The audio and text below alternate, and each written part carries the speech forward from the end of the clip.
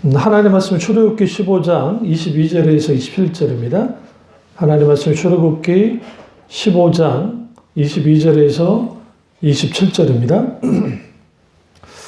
모세가 홍해에서 이스라엘을 인도하며 그들이 나와서 수르 광야로 들어가서 거기서 사흘 길을 걸었으나 물을 얻지 못하고 마라 이르렀더니 그곳 물이 써서 마시지 못하겠으므로 그 이름을 마라라 하였더라. 백성이 모세에게 원망하여 이르되 우리가 무엇을 마실까 하며 모세가 여호와께 부르짖었더니 여호와께서 그에게 한 나무를 가리키시니 그가 물에 던지니 물이 달게 되었더라. 거기서 여호와께서 그들을 위하여 법도와 율례를 정하시고 그들을 시험할세 이르시되 너희가 너희 하나님 나 여호와의 말을 들어 순종하고 내가 보기에 의를 행하며 내 계명에 귀를 기울이며 내 모든 규례를 지키면 내가 애굽 사람에게 내린 모든 질병 중 하나도 너희에게 내리지 아니하리니 나는 너희를 치료하는 여호와임이라. 그들이 엘림에 이르니 거기에 물샘 12과 종려나무 70그루가 있는지라. 거기서 그들이 그물 곁에 장막을 치니라. 아멘. 말씀 제목 점검 또 점검 이라는 제목으로 말씀 나누도록 하겠습니다. 점검 또 점검이라는 제목으로 말씀 나누겠습니다.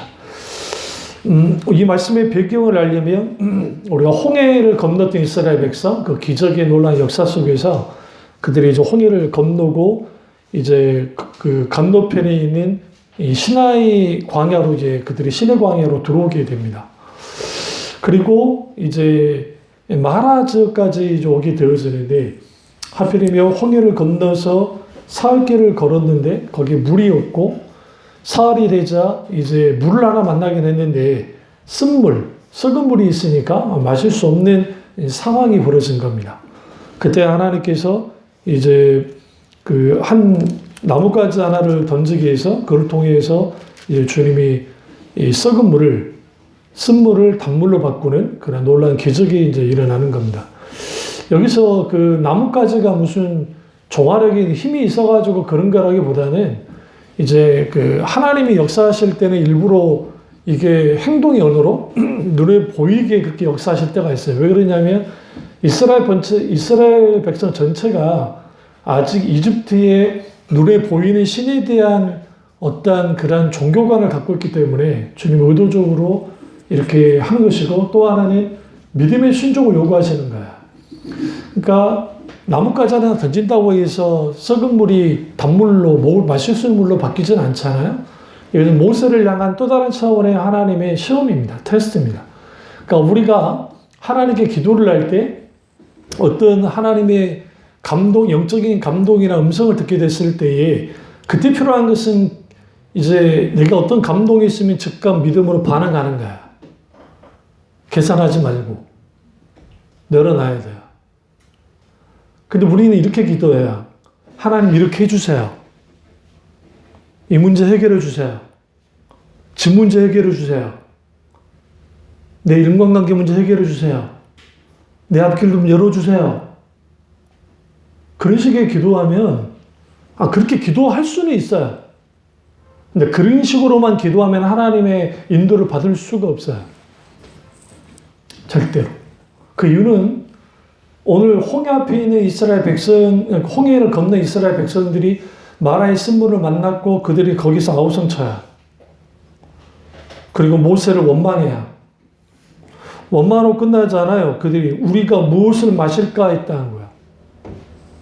이거는 심각한 문제이긴 했어요. 왜냐하면 지금 물을 마셔야 되는데 그것도 광야에서 우리가 어떻게 물을 마실까? 앞에 물은 있는데 더 힘들잖아요. 그러니까 우리의 그 처해진 환경과 상황과 여건이 그렇게 우리를 짓누를 때, 저도 사람인지라 흔들릴 때 있고 또 때로는 그게 하기도 하지만 추스려요, 계속. 우리는 넘어지고 마음이 무너져도 자꾸 추스리는 거야. 말씀으로, 기도로, 찬양으로, 그 다음에 믿음으로 추스려서 다시 일어서는 겁니다. 의인은 7번 넘어져도 다시 일어서거니와. 믿음이 강한 사람은 안 넘어지는 사람이 아니에요. 넘어지는 사람이야. 격투기 운동하는 사람들이 가장 먼저 배우는 게 낙법이에요. 그 다음에 맞는 법을 배워요. 잘 맞는 법을. 왜 그러냐면 격투기 선수들은 격투기 해야 되니까 뭐 UFC 선수들이든 복싱 선수들이든 왜 그들이 강해지냐면 처음부터 강한 거 아니에요. 계속 하면서 맞는 거예요. 맞다 보니까 어느 날인가 날아오는 주먹이 보이니까 피하는 거예요. 눈을 뜨고. 눈 떠. 날아오더라도 눈 떠. 누가 주먹을 날아오는데 눈을 뜰 수 있어요. 그래 계속 훈련하다 보면 계속 맞고 맞다가 피하는 법을 배우고 그래서 경기할 때 이제 그렇게 안 맞죠, 이제. 내가 맞는 법을 배웠기 때문에.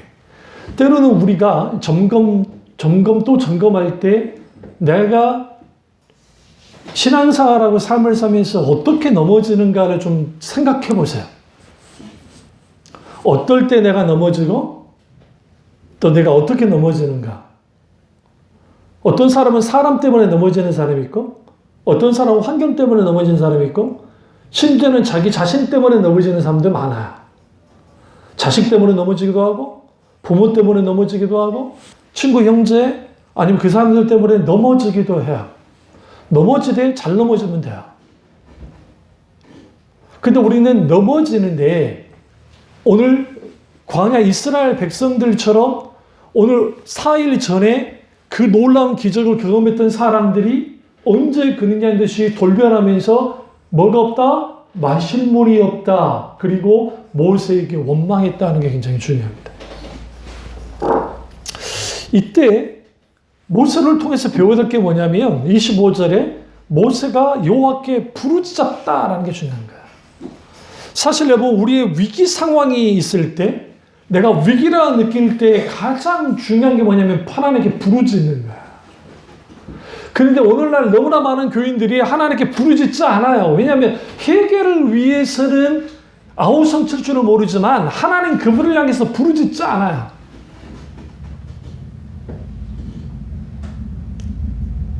그러니까 우리는 자꾸만 이 상황이, 이 문제가, 이 환경이 빨리 해결이 돼서 지나갔으면 좋겠다. 가장 악한 말이 이 또한 지나가리라 해요. 왜 그러냐면 언뜻 보면 이 또한 지나가리라는 말이 아주 이게 성경적인 것 같은데 전혀 성경적이지 않아요. 이거는 불교적인 사상이에요, 사실은. 이게 무슨 뭐 외경에 성경 외경, 정경 말고 외경에 그런 게 있다고 뭐 저기 그러던데, 응? 물론 이 또한 지나갈 거예요. 근데 성경은 우리에게, 하나님 우리에게 이 또한 지나갈 테니까 니네들이 인내하고 그렇게 감염되라고 가르치지 않아요, 성경은. 우리는 고난 앞에, 이 문제 앞에 딱 서라는 거야. 그리고 너의 한계를 보라는 거야. 그리고 너희가 뭐 해야 돼, 여기에서? 풀어지는 거야, 하나님께. 단순히 해결을 위해서가 아니라 하나님, 이제는 하나님이 책임지셔야 돼요. 소위 크리스찬 연예인들 중에 이 또한 지나가리라라는 이런 말을 통해서 자기들은 고난을 잘 이겨나간다라고 하는데요. 그게 고통의 이유, 고난의 문제에 대해 깊이 묵상하지 않아서 나온 거예요. 그러니까 이게 저는 아무래도 사상을 굉장히 좋아하는 사람이었기 때문에 사상책들을 많이 읽었잖아요. 철학책도 많이 읽고 사상에 대한 관련된 책도 많이 읽고 이 변증과 관련된 책들을 많이 읽은 사람이기 때문에 만약에 이 또한 지나가리라고 하면 남는 게 없어요. 뭐가 남는 게 없냐면 우리는 고난을 당하거나 문제 앞에 고통을 받을 때 하나님 앞에 나아가서 고통을 묵상해야 돼요. 이 묵상이 뭐와 연결이 돼야 되면 예수 그리스도의 십자가의 고통과 연결이 돼야 돼요. 예수 그리스도의 십자가의 죽음으로 우리와 함께 고통 당하시는 채울하신 하나님을 우리 그 고통 가운데 그 하나님을 경험하고 묵상할 때 비로소 내가 왜 이 고난을 당하는지를 안다고요. 그러니까 욥이 왜 힘들었고 욥의 세 친구들이 왜 힘들었냐면 욥의 세 친구들 그 말하는 거야. 이 또한 지나갈 거야. 네가 회개만 하면. 그러면 네 나중은 네 시작은 미약했지만 너 나중은 창대할 거야. 그게 오늘날의 교회 안에 성도들 안에 많이 있어요. 왜? 그런 설교들을 목사님들이 하거든요. 그게 성경적이라고 생각하니까. 근데 성경을 보세라고요. 이 또한 지나가리라 하면서 견디는 사람이 누가 있어요? 나오미와 룻을 보세요. 룻. 어? 나오미가 있는데 그 나오미가 나오미와 저기 며느리 룻이 그냥 이 또한 지나가리라 하면서 견디고 있습니까? 성경 자세히 보시라고요. 어머니를 믿는 하나님을 나도 믿기 때문에 곧 고난이 있다 할지라도 저 따라갈게요. 그리고 이삭 죽게 하면서 그녀가 하나님 앞에 이제 합니다. 그러니까 성경이 뭐라 해요? 하나님이 그녀를 보셨다 그랬다는 거야. 비록 비참한 것 같고 가난하지만 볼품없고 버리는 것 같지만 거기에 하나님 묵묵히 하나님의 은혜 가운데 한 걸음 한 걸음 살아나갈 때 나무 입에서 이 말이 나옵니다. 네가 은혜 입기를 원한다. 누구에게? 보아스에게. 제가 잘못 말했는데 어쨌든 보아스에게. 실제로 보아스에게 은혜를 입습니다. 기업물을 자로서. 여기서 우리가 신앙생활을 할 때에 왜 하나님의 말씀의 기준에서 신앙의 본질에서 신앙생활을 하는 사람들이 어려워하냐면 이 부분에 대해서 헨리 브레카비 목사님 너무 정확하게 지적을 했어요. 왜 그러냐? 너무 신앙에서 멀어져 있기 때문에요. 그러니까 진리에서 멀어져 있기 때문에. 사실은 이게 정상적인 것이고 이게 자연스러운 것인데 어느 날인가 하나님의 음성을 듣는 것이 자연스러운 게 아닌 게 된 거예요. 여기서 하나님 음성 듣는다는 게 계시받고 막 육성이 음성을 듣는다 그 말이 아니라 했어요. 분명히 말씀드리지만 잘못된 음성을 주장하는 사람들과 그 말이 아니라 하나님의 의존 같아서 성령이 조명 가운데 듣는 일들이 우리의 삶 속에서 일어나는 게 당연한 거라고. 왜? 내 양은 내 음성을 듣거니와. 내가 기도를 많이 안 해서 음성을 못 듣나 봐. 내가 믿음이 약해서 아니라니까요. 양은 다 들어요. 병들지만 않으면. 근데 병든가요? 양이 병들면 못 듣습니다. 실제로 그렇습니다. 양은 알력이, 시력이 약하기 때문에 양은 아주 청각에 예민해요. 그런데 그 이게 병든 거예요. 그러면 여기에서 우리 신앙을 점검해야 될 이유가 있어요. 오늘 광야 이스라엘 백성들이 이제 딱 3일 동안 광야를 경험한 겁니다. 사막을. 근데 그 사막은 죽을 것 같은 사막이었어요. 그러나 그들은 그렇게 왔다는 거죠. 와서 물이 없어서 원망했고 무엇을 마실까 했고 모세가 여호와께 부르짖었습니다. 그리고 하나님의 한 나무를 가르쳤고 모세가 그 물에 그 나무를 던졌습니다. 그리고 그 물이 마실 수 있는 물이 됐다라는 거예요. 그러면서 여기서 중요한 하나님의 행동을 하세요. 물을 마시게 하는 것으로 끝나지 않았다는 게 굉장히 중요해요. 오늘 많은 사람들이 예수를 믿는 이유 중 하나가 문제 해결을 위해서 자아 성취를 위해서 예수를 믿어요. 그것으로 만족하면서 신앙생활 하고 싶어요. 근데 하나님은 그게 아니라는 거예요. 너 이제 물이 달게 됐어. 그게 이제 마시면 돼. 근데 그걸로 끝나면 야 이제 빨리 마셔 하면 될 것 같은데 거기서 하나님이 뭐라고 하시는 거예요? 보면 25절 그 후반절을 보시면 거기서 여호와께서 그들을 위하여 법궤와 율례를 정하셨다. 누구를 위해서? 이스라엘 백성들을 위해서 법궤와 율례를 정했고 그 다음 뭐 했다? 테스트했다고요.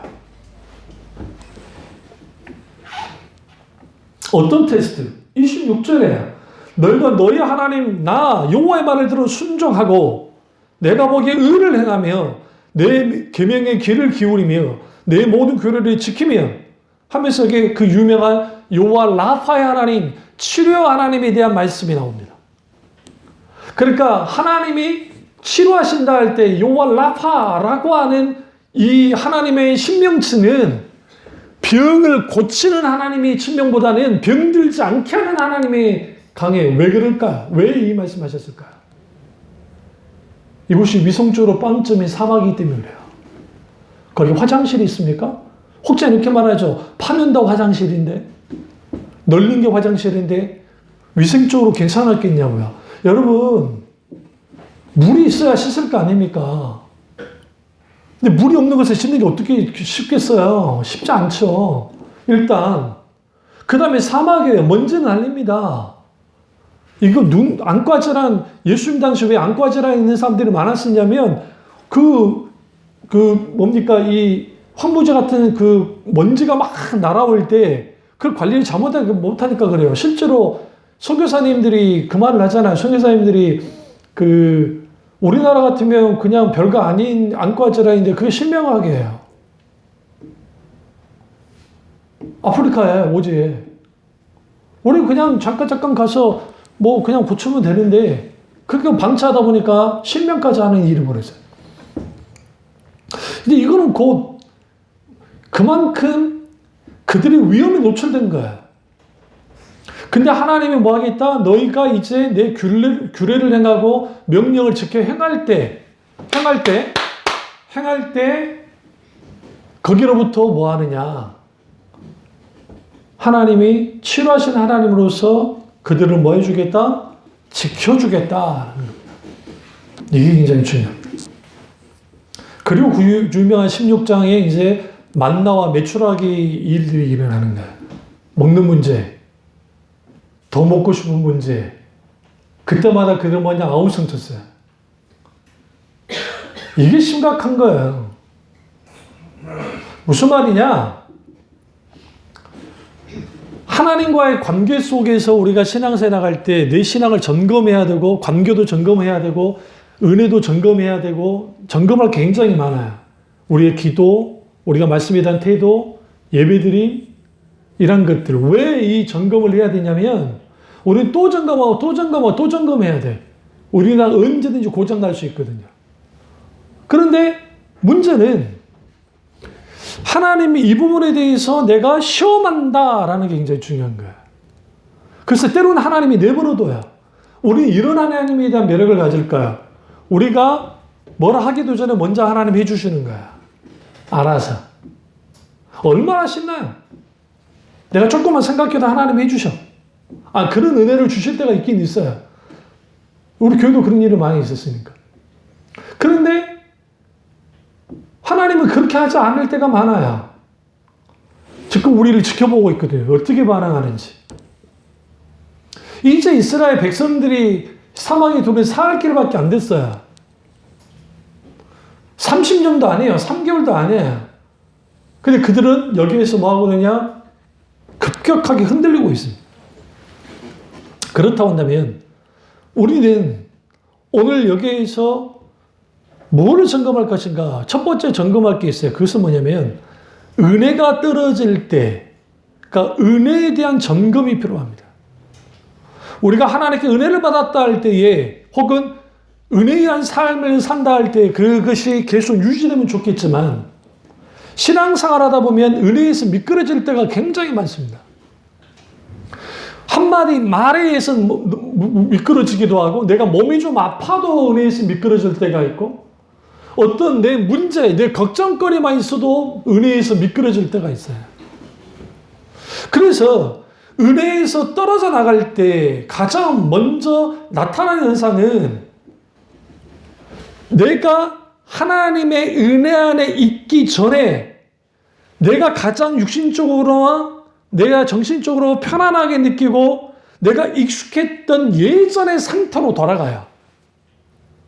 이걸 뭐라 하냐면 신앙이 아주 좋지 못한 관성의 법칙이라고 그래요. 그러니까 마치 강한 장력으로 나를 잡아당기듯이 고무줄이 잡아당기듯이 예전으로 나를 돌아가게 잡아당기는 그게 죄의 본성이 원수가. 그러니까 우리가 자꾸 은혜에서 미끄러지는 거야. 넘어지는 거야. 은혜에서 떨어져 버리는 거야. 그때마다 우리는 은혜를 뭐 해야 되냐? 계속 립셋하고 다시 점검해야 돼요. 우리가 인생을 살면서 느낀 것 중에 하나가 행복의 감정이 그리 오래가지 못한다는 거예요. 왜 그러냐면 오늘 15장에 그 어마어마한 하나님의 14장에서 홍해의 역사를 경험한 놀라운 기적을 경험하고 15장에 미리암의 그 모세가 하나님께 미리암이 하나님께 부르는 찬양이 어마어마한 찬양들이 불려졌는데 불과 3일에 대해서 무슨 일이 벌어졌어요? 은혜에서 미끄러져 버렸단 말이에요.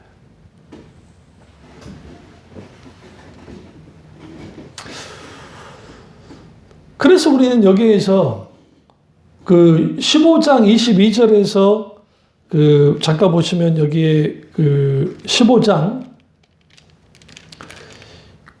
22절에 보시면 수루 광야로 들어갔다 할 때 이 수루라고 하는 히브리어 뜻은 바위라는 뜻이에요. 바위가 정말 많은 지역으로 들어간 거야. 그러니까 걷기 힘든 곳.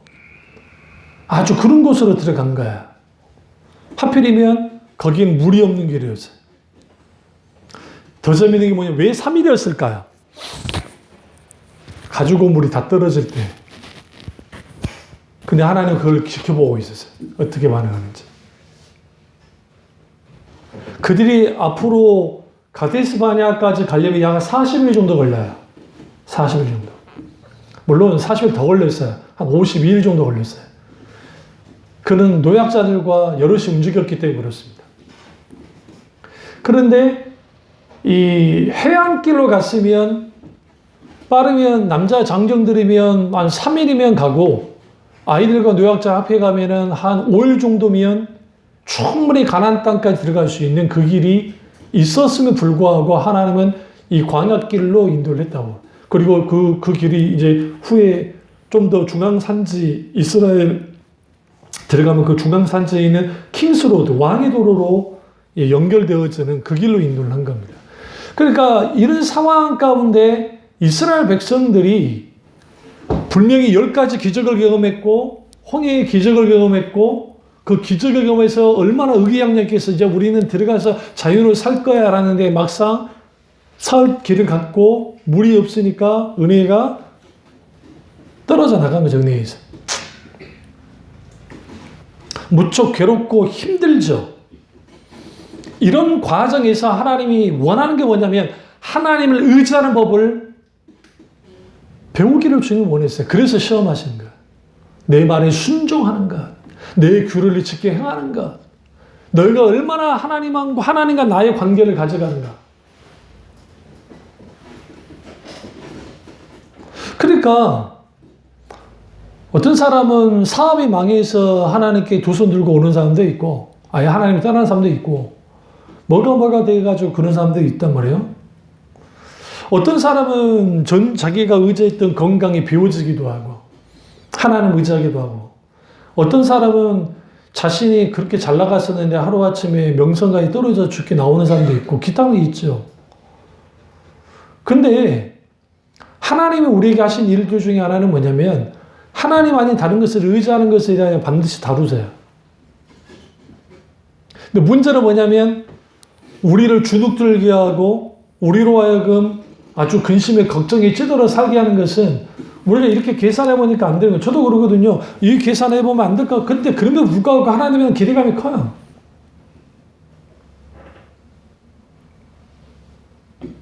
근데 이거는 순종과 헌신 없이는 불가능해요. 하나님 알아서 하겠지. 웃기는 소리야. 그거는. 그럼 방임이에요.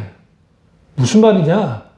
여러분 각자가 기도할 때 하나님이 주시는 감동들이 있을 것이고 거기에서 저도 똑같이 한 걸음 한 걸음 나가는 거야. 그래서 우리가 하나님 앞에 비추신 만큼 하나님을 향한 기대를 가지고 최선을 할 때에 하나님도 우리를 위해서 최선을 다하는 거야. 그 최선이 뭐냐? 모세가 나무를 던진 거야. 굉장히 중요해요. 응?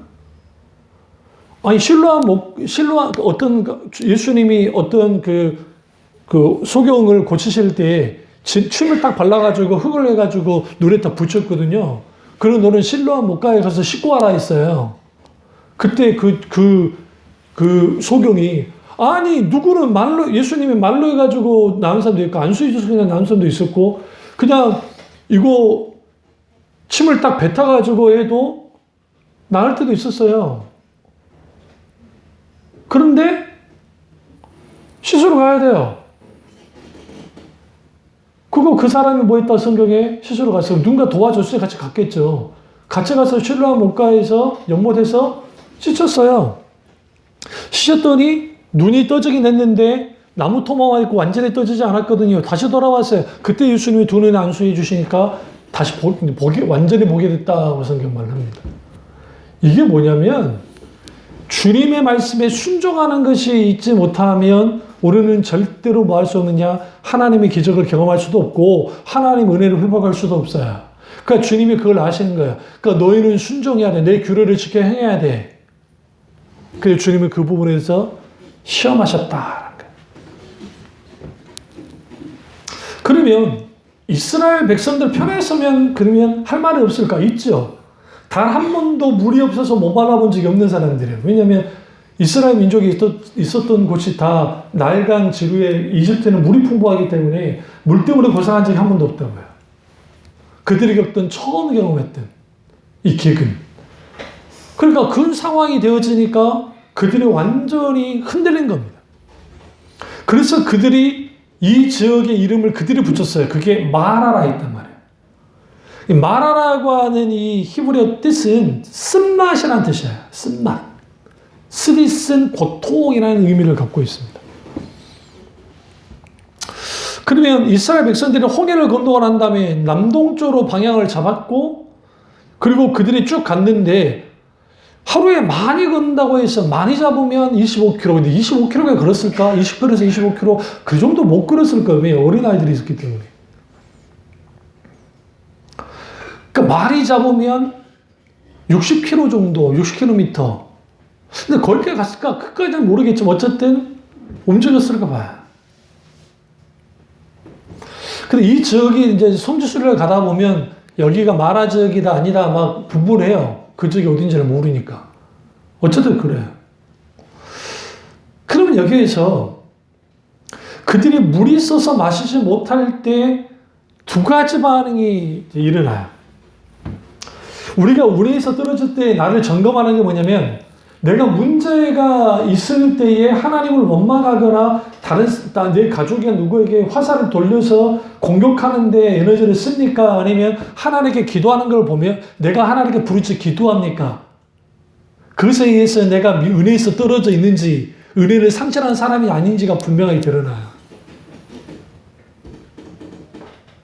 모세는 하나님 은혜 안에 있었기 때문에 부르짖었어요. 하나님께. 그러나 이스라엘 백성 전체 중에 누구 하나도 부르짖었다는 말이 없어요. 전혀.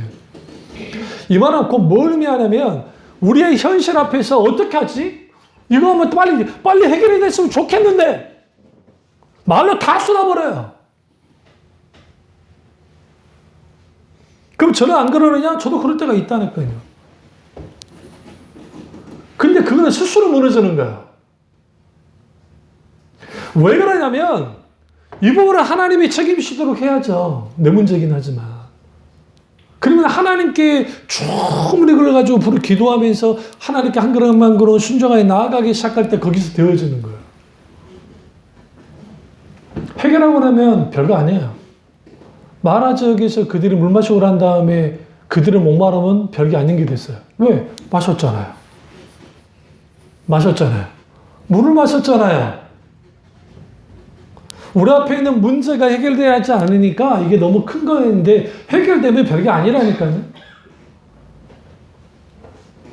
문제는 우리가 뭘 견디지 못하냐면 문제와 해결 사이에서 해결도 아니고 문제도 아니고 이 상황이 여기서 왔다 갔다 하니까 여기서 안달복달 못하는 거예요. 스스로를 바꿀 뿐만 아니라 심지어 자기 10년의 일까지 20년 일까지 그걸 가지고 말로 해버리니까 그 말을 듣는 사람들이 이게 환장하는 거지.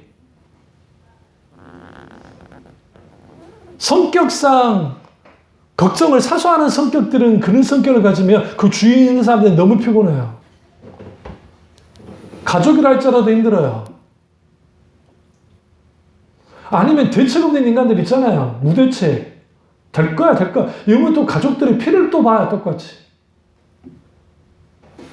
우리 앞에 있는 이러한 문제들이 더 크고 어렵게 할수록 나를 안달보다 못하고 내가 어떻게 하지 할수록 그렇다고 한다면 이걸 분명히 하나님께 가지고 나가면 돼요. 그리고 기도하는 거야. 그리고 그 과정을 하나님과 함께 즐겨야 돼요. 하나님의 놀라운 은혜를 경험해야 돼요. 그게 에녹이에요. 우리는 에녹이 300년 동안 하나님과 동행했다니까 함께 걸으면서 주님 막 산책하면서 주님 막 좋네 그렇다고 생각합니까? 유다서를 보세요. 유다서에서 에녹이 뭐였습니까? 주님의 심판에 대한 말씀을 선포했다고요. 그게 무슨 심판? 물심판과 관련된 에녹이 노아의 할아버지니까요.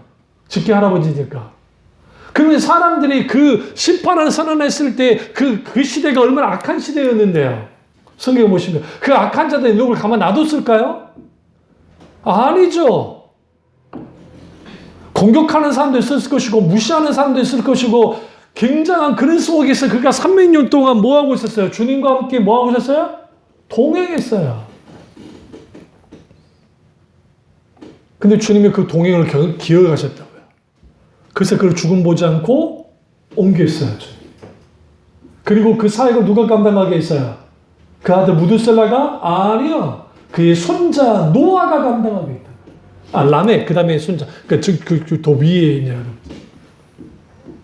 그러면 우리는 거기에서 분명하게 볼 게 뭐냐면, 내가 하나님의 은혜를 갖고 아닌지를 점검을 해야 되는데, 오늘 우리의 일상의 문제와 상황과 이러한 것이 됐을 때, 살아봤자 뭐 필요 없고, 내가 사는 게 덧없고, 또 내가 살아갈 힘도 없고, 용기도 없고, 뭐 문제를 해결해도 그런가 보다, 기타 등등 여러 가지 그런 상황에 빠질 때, 저도 그럴 때가 있으니까요. 너무 아프면 죽고 싶다는 생각이 드니까, 매년에 내가 할 때. 근데 그것이 하나님 앞에는 큰 죄악이거든요. 이부러진 죄. 그러니까 원수가 공격을 해. 그 틈을 타고 들어와서. 더 우울감에 빠지게 하고 더 눌러버립니다. 더 하나님의 은혜로부터 멀어지게 만들어요. 왜? 은혜에서 떨어져야 사탄이 자기 마음대로 할 수 있거든요. 그러면 탈출구를 사람들이 찾아야 살아야 되겠으니까 하나님 아닌 다른 탈출구를 찾습니다. 그는 뭐냐? 예전으로 돌아가는 거야. 이스라엘 백성들이 광야 40년 동안 할 수 있는 것은 늘 이집트로 돌아가자. 1년 전에도 2년 전에 이집트로 돌아가자. 10년 전에도 10년 지나도 이집트로 돌아가자. 20년 지나도 이집트로 돌아가자. 40년이 지나도 이집트로 돌아가자라고 그러고 있어요. 그런 식으로 신앙생활하는 사람들은 절대로 자유를 누리지 못해요. 왜? 하나님의 은혜가 우리를 자유케 해요. 하나님의 은혜가 우리로 하여금 세상과 싸워 이기게 만들고, 하나님의 은혜가 우리를 버티게 하고, 그 하나님 은혜가 우리를 구원받게 하고, 그 하나님의 은혜로 하나님 나라의 영광을 맛보게 하는데, 그 하나님의 은혜가 사라질 때, 그 은혜로부터 떨어져 나갈 때, 우리는 스스로 고립합니다. 그거 아십니까? 하나님이 모세의 기도를 듣고 은혜를 베푸지 않으셨으면 그들은 광야에 고립된 상태에 있습니다. 그들 못 말라 죽었을 겁니다. 근데 걱정하는 게 하나 필요 없어요. 하나님의 자녀가 은혜에서 떨어졌다고 해서 하나님이 아주 그냥 내버려 두시느냐? 그렇지는 않습니다. 그래서 필요한 게 주의 종들이에요. 그래서 필요한 게 여러분 주위에 있는 믿음의 사람들이에요. 그들이 여러분을 위해서 중보기도를 해줘야 되니까. 나도 같이 중보기도로 나가야 되고. 모세가 기도했어요. 왜 우리가 기도해야 될까요? 단순히 기도해야 된다는 게 아니에요. 우리가 기도해야 우리가 무엇을 해야 되는지를 알 수가 있어요. 기도를 해야 내가 뭘 할 줄 알죠. 그냥 무조건 우리는 수박 겉핥기식으로 주님 될 줄은 믿습니다. 끝내버리거든. 예를 들어 드릴까요? 여러분이 기도를 좀 힘들어 하시니까 누군가를 위해서 내가 기도를 해요. 중보기도를. 근데 하나님이 이런 감동을 주는 거예요. 저 친구를 하나님이 주의 종교로 가게 하기 원한다는 감동이 되게 있다고 합시다. 만약에 예를 들어 그 사람에서 중보기도를 했는데, 그럼 우리는 그걸 붙드는 거예요. 붙들고 우주가 뜻을 묻는 거예요. 하나님 어떡하고. 근데 거기에 내 어떤 감동이 있어요. 그럼 계속 기도하는 거예요. 그 사람에 대해서. 그게 오르면 주님이 주님께로 인도하는 그 주의 종께로 인도하는 것들이 분명하게 드러나겠죠. 그래서 우리가 기도해야 돼요. 기도하면 하나님이 우리 가운데, 우리의 심령 가운데 말씀하신다고. 왜 우리 그 음성을 못 듣느냐? 우리 소리가 크거든요. 귀를 기울인 적이 없거든요. 무엇이 하나님 음성이고, 무엇이 사탄이 주는 것이고, 무엇이 내 생각이고, 무엇이 세상 생각이고 모르거든. 왜? 내가 지금 복잡해. 왜? 진리의 말씀에 설치 못하거든. 하나님께 귀를 기울이지 않거든요. 저는 집중적으로 주님을 찾아요. 어떤 중보 기도를 할 때는. 계속 24시간 계속 그걸 놓고 기도를 해요. 자다가 살짝 깨도 주님께 기도를 해요.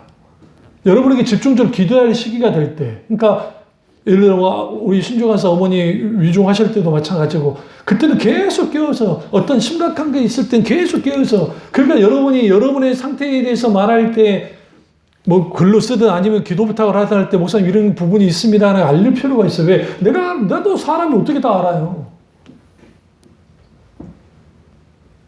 왜 집중적으로 그렇게 기도를 하냐면 내가 깨어서 하나님 앞에 계속 그렇게 기도로 나아갈 때 그때 그 순간순간 하나님이 주시는 하나님의 음성들이 있어요. 그걸 한 걸음 한 걸음 순종해 나가면 거기에서 하나님의 역사들이 일어나기 시작해요.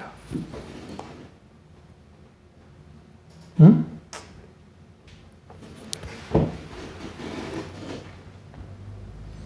그래서 모세가 기도가 하는데 음성을 들었잖아요. 한 나무를 가르쳤어요. 하나님이요. 그 나무를 던져라는 거죠. 얼마나 쉬워요. 거기에다가 막 저기 우리 그 정수기 있잖아요. 흙을 이렇게 해가지고 막 흙하고 뭐 통에다가 흙하고 모래 자갈려가지고 정수기를 만들어서 물을 부어가지고 좋은 물로 만들어가지고 마시게 한 것도 아니잖아요. 이게 하나님의 방법인데.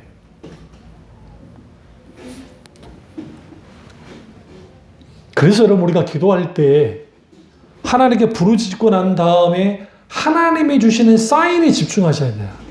어떤 사인, 어떻게 하나님이 내게 이렇게 보여주시는지를. 신비주의자가 되라는 말이 아니에요.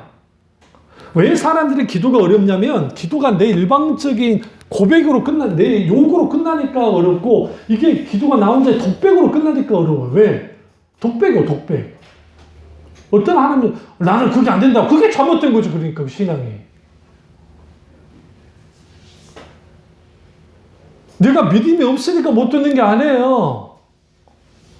은혜에서 떨어져 나갔어요. 내 소리가 커서 그래요. 아, 그런 것은 막 기도 많이 하는 사람, 아니, 무슨 기도 많이 하는 사람이 들어요. 아니, 그렇게 따지면 사무엘이 왜 하나님 음성을 들었어요? 소년이. 애가 하나님 음성을 들으니 그게 하나님의 음성인지도 모르고 들었어요. 사무엘이.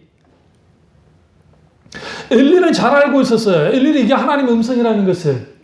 우리 엘리 제사장을 너무 쉽게 생각하는데 그 사람은 그 유대 종교로서는 대제사장의 위치에 있는 종교 지도자예요. 그 사람이.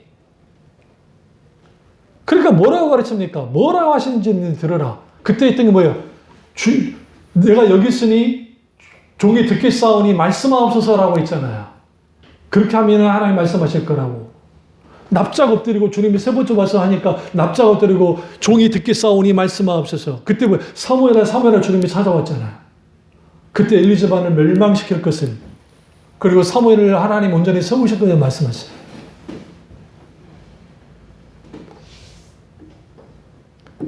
그러니까 영적으로 자라나질 않아요. 그러니까 목사를 의지한다고요. 아니, 그러니까 주유종을 의지할 수 있는 존재가 아니에요. 사람이기 때문에. 다만, 주유종들이 왜 그런 필요하느냐.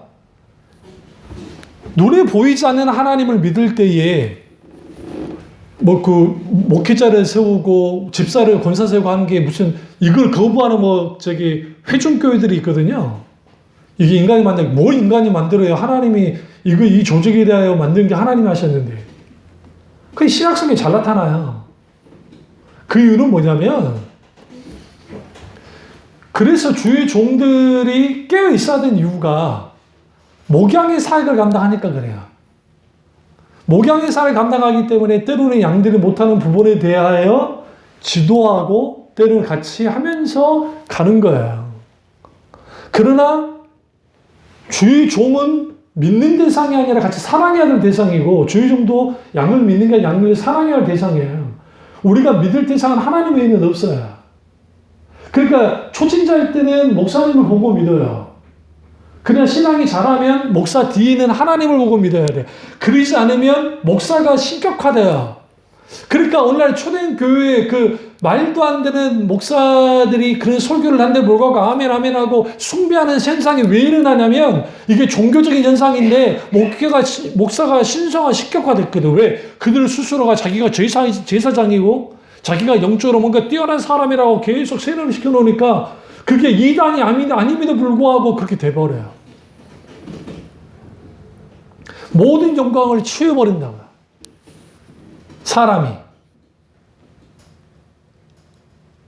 그럴 위험성에 대하여 사도 바울도 잘 알고 있었거든요. 그래서 내가 손줄로 생각하든 믿겨질까 두렵다고 그가 스스로 말한 것처럼 스스로 자기를 쳐서 복종시키면서 그 길을 가지 않았어요.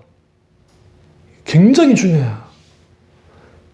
그래서 우리가 하나님의 음성을 듣는 것이 왜 중요하냐면 하나님의 음성을 듣는 것부터 모든 신앙이 출발하기 때문에 그래요. 우리 아이들의 공부, 아이들의 앞길, 중보기도, 1년에 이러한 것들 그 부분에 대하여 우리는 기도할 때 하나님 인도를 받아야 돼요. 아주 사소한 것이다 할지라도 우리는 하나님 인도를 받을 필요가 있어요. 왜? 그걸로 인해서 넘어질 때가 있거든. 자칫하면. 그럴 때부터 고통당할 때가 있거든. 그러니까 우리는 여기에서 하나님과 함께 더불어, 그러니까 하나님을 경험한다는 삶이 거기서 일어나요. 근데 이 모든 것은 성령의 조명과 역사하심과 그리고 내가 철저히 하나님의 회개가 돌이키고 하나님의 얼굴을 구하고 하나님 그분을 사랑하고 아는 그런 친밀한 교제 속에 있을 때 가능해요. 이게 무너지는 사람들이 하나님 음성을 듣는다 불가능해요. 들린다 할지라도 그게 몰라요. 더 큰 문제는 이걸 잘못 배워놓으면 이게 이제 잘못된 극단주의로 가는 거야. 내가 음성 들었어. 하나님이 직접 받아 자기가 계시 받았다. 그러니까 이로 또 이단이 나와. 그러니까 당연히 보수적인 신학을 갖고 있는 분들이 하나님 음성을 듣는단 말을 하면 팔로를 떠는 거지. 이단이들. 그래서 우리가 여기서 내가 은혜에서 멀어지는 것, 내 은혜로 떨어져 나가는 것, 은혜에서 미끄러지는 것 점검하셔야 돼요. 무엇을 통해서 할 수 있어요? 내 앞에 문제가 있고 내 앞에 해결할 과제가 있는데도 그 하나님께 부르짖어 기도하지 않는 사람들 이미 무너진 거예요. 이미. 그래서 기도할 수 있는 것, 힘들고 어렵고 무너졌을 때 기도할 수 있는 사람이 은혜 받은 자예요. 사실은. 다시 강조합니다. 부르짖어 기도하고 난 다음에 하나님의 사인에 뭐예요? 계속 우리는 주목해 봐야 돼요. 어떻게 하나님 하실지. 두 번째 점검할 건 뭐냐면 계속 갈 수 있는가를 점검해야 돼요. 이들에게 주님 그러잖아요. 그들을 시험했다라는 표현이에요. 근데 여기서 이제 이 문맥상 그 출애굽기 15장 25절은 이 문맥이 조금 어려워요. 왜 어려우냐면 마라의 쓴물을 단물로 바꾸시긴 후에 그들을 시험했는지 바꾸시기 전에 시험을 했는지가 조금 애매모호해요. 분명한 것은 하나님이 이스라엘 백성들의 신앙을 점검하고 있어요. 근데 여기서 중요한 게 계속 간다 할 때 갈 수 있는지를 점검하는 데 핵심이 뭐냐면 obey, 복종하는 거예요. 혹은 순종해. 하나님께 순종해야 돼. 왜요? 그들의 순종의 결과 이집트에서 겪었던 수많은 질병들로부터 하나님이 지키시겠다고 하셨기 때문에. 그래서 여러분 그 하나님이 이스라엘 백성들을 치셨던 사건들이 있잖아요. 불뱀을 보내서 치기도 하고 불신앙 가운데 있을 때 치기도 하고 심지어는 주님이 질병으로 치기도 했다고요. 전체적으로 전염병을 보내서. 그러면 여기에서 우리가 주님을 향한 순종, 그럼 순종은 어떻게 하는 것인가? 순종은 즉각적으로 하는 거야. 계산하면 절대로 순종 못해요. 절대로 못해요. 그럼 뭐 하느냐? 즉각적으로 순종을 하지 않으니까 이걸 어떻게 해버리냐면 계속 뒤로 미뤄요. 미루면 그 시점에 역사를 주셨던 하나님 역사가 일어나지 않아요. 미뤄버리면. 그러니까 참이 중앙교회도 마찬가지예요. 이제 1년 동안의 과정 속에서 하나님께서 우리 교회의 체질을 바꾸기를 원하고 방향성을 확고하게 세우기를 원하고 요즘 계속 주님 그게 되게 비추시는 부분이 있는데 그러면서 오늘 기존에 이렇게 작은 환경 속에 있는 교회가 아니라 하나님의 움직임 속에는 요즘 유튜브도 있고 여러 가지 그 부분을 통해서도 하나님이 세우기를 원하시는 그런 부분 그리고 영적인 영향력이 확대해진 그 부분으로 나가길 원하고 안성호 목사 개인을 향해서 하나님이 어떻게 나를 세울지 모르겠어요. 그러니까 그 부분이 하나님의 사인이 일어나기 시작한다고 한다면 분명하게 하나님이 일어날 거예요.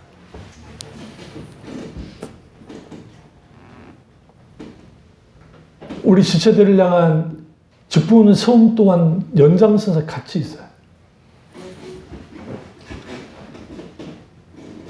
많은 경우에 내가 부르짖어 기도했어요.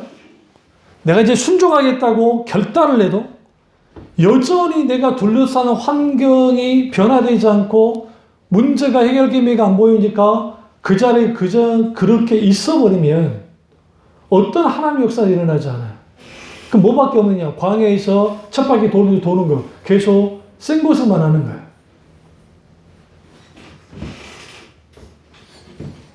여전히 낮에 덥습니다. 밤에 춥습니다. 여전히 물이 넉넉하지 못합니다. 먹을 것도 떨어져 갑니다. 미래의 전망은 불투명합니다. 그때 우리 어떻게 해야 됩니까? 그래도 기도를 들으시는 주님, 말씀하시는 주님, 그 주님을 믿고 믿음으로 인생의 광야를 순종하며 걸어가야 돼요. 문제는 뭐냐면 뒤돌아서 버린다고요. 뒷걸음 친다고요. 그래서 히브리서 기자가 뭐라 합니까? 주님은 믿는 자가 뒤로 물러남을 하나님이 기뻐하지 않는다 그랬다고. 왜 뒤로 물러나냐면 현실에 굴복하고 환경에 굴복하고 사람에 굴복하니까 그래요. 여기서 우리가 반드시 필요한 게 뭐냐? 결국은 내가 지금 순종으로 내가 지금 걸어가고 있는가? 내가 주님께 순종하고 있는가? 내가 계속 이 길을 갈 수 있는가? 이 부분을 분명하게 점검하고 힘든 걸음들을 가야 돼요. 여러분이 산을 올라갈 때, 저는 어렸을 때 산을 많이 탔으니까, 정말 산을 못 올라가는 사람의 특징들이, 정말 산 타는 걸 못하는 사람의 특징들은 뭐냐면, 산 올라가다가 힘들면 그냥 주저앉고 거기 앉아요. 그래놓고 오이 빼가지고 오이 먹어요. 와가지고 씹어 먹으면서. 그러잖아요. 목말라. 앉아가지고. 그럼 몸이 식잖아요. 다시는 올라가는 게 천근만근이에요. 그래서 좀 이제 몸에 조금 열도 좀 받고 좀 이제 올라갈 만을 하면, 힘들다. 앉아가지고 배고픈데 김밥이나 좀 먹고 가자. 그래, 김밥 먹고. 이유는 한 가지. 올라갈 때 무거우니까. 뭔지 아시죠? 지금 힘든데 이거 좀 무게 줄이고 올라가자. 근데 등산 허영호 씨인가? 허영 맞나? 어쨌든 그분이 연예인들하고 산을 올라가는데 태백산인가 무슨 거기로 올라가는데 태화산인가? 근데 힘들어 죽겠다고 막 하니까 쉬는데 그렇게 아주 쉬지 말라고 그러는 거야. 짐은 내려놓되 거기 옆에 등산로에 이렇게 이 난간에 이렇게 받쳐주는데 거기에 몸을 기대고 해서 서 있으라고 살짝. 근데 그 말 안 듣죠. 말 안 듣고 그러니까 내비 놔두더라고. 그리고 더 쉬려고 그래. 그러니까 안 기다리고 이 정도면 됐다고 하니까 우리 더 쉽시다. 아니 그러면 안 된다고. 더 힘들어진다고. 그리고 다른 연예 하나랑 같이 올라가고 그 친구는 올라가긴 했는데 한참 뒤에 허용호 씨는 대원들을 버리지 않는다는데 자기를 버렸다고 막 코미디언이 막 장난말을 했거든요. 그러니까 나는 버린 게 아니라 안 따라온 거라고. 굉장히 중요합니다.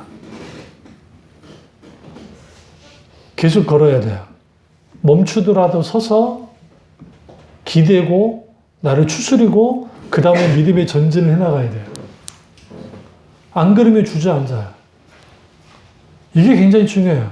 그래서 제가 사막과 관련된 다큐 거기에 그 나바티안 사람들이 있었던, 그리고 베두인들이 있고 하는 그런 것들을 제가 다큐멘터리를 본 적이 있는데, 그 사람들이 대낮엔 절대로 움직이지 않아요. 그늘이 딱 있어요. 그런데 움직여야 될 때가 있잖아요. 어쩔 수 없이 해야 될 때 있잖아요. 아니면 누군가 사람이 고립돼가지고 그 사람들 구하러 갈 때 이 사람들 가이드 역할을 해주지 않으면 절대로 안 되니까, GPS도 안 되고 하니까. 그때는 그분들이 나서주기는 해요. 그런데 놀라운 것은 대낮에는 절대로 안 가요. 이제 해가 질라말라 할 때, 비로소 해가 좀 약해질 때 그때 움직여요. 그때 가면 늦는다? 아니야, 그거 아니라. 우리 전체가 문제가 됩니다. 구하러 갔다. 밤이 졌잖아요? 그 정가리가 막 튀어나오는데, 뱀도 튀어나오는데, 능숙하게 찾아가요. 다른 사람들은 자기들 전등빛에 의지하는데, 이 사람은 그냥, 왜? 여기 다 아는 곳이라는 거예요. 할아버지, 아버지랑 다녔던 그 길. 근데 중간에 힘드니까 멈추느냐? 절대로 멈추지 않습니다. 멈춰도 살짝 물만 마시고 그리고 가야 돼. 왜? 여기에는 무슨 일을 벌지 모릅니다. 여기에 지금 맹수가 올 수도 있고 뭐가 어떻게 될 수도 있고 하기 때문에 가고 결국은 그 사람들이 찾거든요. 하나님 우리에게 원하는 것은 끝없는 순종이에요. 내가 하나님께 순종하고 있는가 점검할 필요가 있습니다. 그래서 그들이 딱 들어간 곳이어야 돼요. 다음 주에 이제 다음에 제가 이 말씀 27절에 엘림이 들어가잖아요. 엘림. 이게 무슨 말이냐? 그들은 뒤에 엘림이 있는 줄 몰랐어요. 여기 오아시스예요. 종려나무 7그루가 있고 거기에 물이 12샘이 있어요. 세보세요. 샘이 12개나 있었어요. 이 말은 무슨 말이냐면 200만 명이 충분히 마시고도 남을 만큼의 물이 많은 곳이 지금도 현재 엘림 지역 가면 엘림 지역에 푸르습니다. 그리고 실제로 물이 넘쳐나, 지구 넘쳐나요. 엘림 지역에. 무슨 말씀인지 이 말씀만 끝내겠습니다. 말 앞에서 그들이 뭐 했죠? 물 없다고 했죠? 하나님 뭘 예비하고 있었어요? 엘림을 예비하고 있었어요. 엘림을. 이 엘림에서 이스라엘 백성들이 사흘 동안 녹초가 됐던 모든 것들 여기서 완전히 회복합니다. 그리고 그들이 물을 채워서 다시 나아갈 수 있는 충전의 시간이 됐어요. 이게 하나님의 은혜 가운데 순종할 때 이게 반복돼요. 그러니까 내가 끝없이 끝날 것 같고 고통스 있을 것 같은데 주님이 그렇게 만들지 않아요. 그래서 주님이 뭐라 합니까? 성경 전도서에서 하나님이 권고의 날과 형통의 날을 같이 주신다는 거예요. 왜냐하면 권고의 날만 주면 그들이 좌절해서 쓰러져서 끝나버리니까 하나님이 형통의 날도 준다. 그러나 또 형통의 날만 주면 그들이 교만해져서 하나님을 대적하기 때문에 주님이 이 둘 다를 허용하신다라고 주님 말합니다. 그래서 권고의 날 때는 하나님을 의지하는 법을 배우고 형통의 날 때는 하나님 앞에 겸손한 법을 배워서 거기에서 우리가 하나님과 함께 순종하여 계속 걸어가는 거예요. 내가 지금 계속 걷고 있는데 점검하십시오. 다리가 아프다고 발이 터졌다고 군인들이 행군에 나갈 때에 내 물집 다 터져요. 뒤꿈치. 군생활 오래 한 고참들 빼놓고서야 신병들은 말할 것도 없어요. 굳은 살을 느끼지 않기 때문에. 그러면 그 부대장들이 니네 했으니까 쉬어가라 그럽니까? 그렇지 않아요. 끝까지 가자는 거예요. 왜? 가야 끝나니까. 안 가면 중간에 멈춰버리면 무슨 일이 벌어지니까. 아주 주저앉으니까. 그것을 통해서 자기를 이기는 법을 배우게 하는 것처럼. 그리고 그들과 함께 동료들과 함께 이제 정말 이 같은 군인 정신이 같이 묶여지는 것처럼. 그래서 마지막 훈련소의 마지막 날은 다 행군을 시킨 이유가 그거예요. 결국. 마찬가지로 하나님 우리와 함께 교회 공동체, 참비중앙 공동체, 오늘 모세 공동체, 이게 광야교회인데 그들이 전체가 가잖아요. 함께 간 거. 모세만 앞서가도 문제고 이스라엘 백성이 뒤처지면도 문제야. 모세도 같이 발 맞춰야 되고 하나님이 함께 해야 돼요. 놀라운 것은 신명기서에 하나님이 그들을 두 날개로 품었다 있다. 200만 명을 품고 움직였어요. 그들 눈에는 모세가 끌고 나갔다 생각하는데 그가 아니에요. 하나님이 품고 갔어요. 모세까지도 품에 안겨서 건 거예요. 그게 구름기둥과 북기둥이잖아요. 그 가운데 하나님 역사하셨잖아요. 그것처럼 오늘 우리가 철저하게 내 신앙을 점검하시고 은혜를 점검하시고 순종을 점검하시고 말씀처럼 The best is yet to come이라고 이 말은 청교도들에 있던 말인데 가장 좋은 것은 아직 오지 않았다라는 청교도들의 말이 있습니다. 이게 뭐냐면 아직 좋은 것이 오지 않았다. 그 이유는 뭐냐?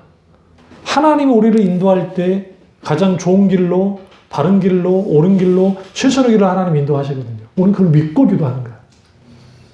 근데 아직 우리에게는 좋은 게 오지 않았어요. 그러니까 우리가 마라와 같은 상황이 된다고 불평불만하고 거기에 끝나버리면 안 돼요. 왜? 우리에게는 엘룸이 기다리고 있으니까. 그 다음에 1년 6개월 지난 그 가데스 바냐에서 잘못되고 그들이 시내산에 가잖아요. 한 또 며칠 길 가가지고 그게 1년 6개월 머무는 그때 그 시내산 지역에도 물이 있었어요. 그들이 완전히 패닉 됐잖아요. 어디에 있어? 가데스 바냐 패닉 상태에 빠졌잖아요. 그러니까 하나님 그들을 끌고 나갔잖아요. 그리고 좀 더 간다 한 3개월 정도 가다가 시내산에서 머물게 하면서 거기서 추수하게 했단 말이에요. 여기서 우리는 하나님과 나와의 관계 속에서 분명하게 볼 게 있습니다. 그것은 뭐냐? 내가 내 신앙을 점검하지 않으면, 내 은혜를 점검하고 순종을 점검하지 않으면 나는 곁길로 가요. 하나님과 다른 길을 가요.